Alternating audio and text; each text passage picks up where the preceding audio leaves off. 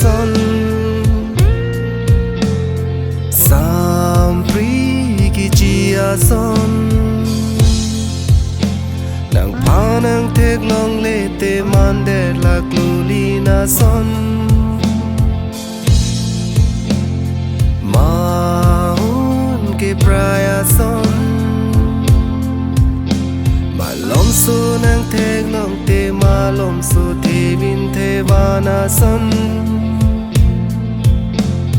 sam pri ki chia son nang pa nang tek long le te man de la kluli na son ma hun ke praya son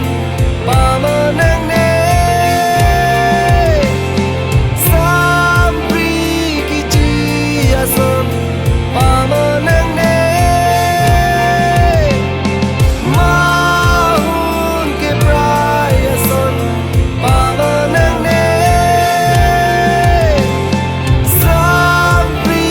ki chia son pa ma nang ne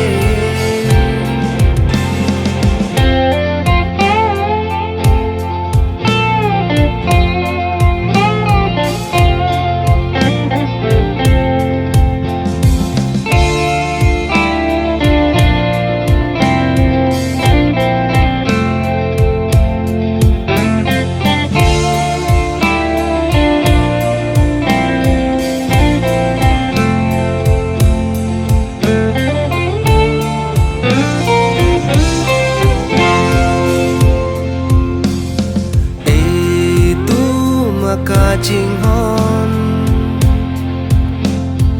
hai pen lo a sona to mo pa ma nang ni ru pa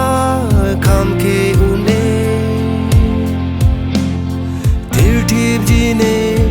nang phan ka ching hon ke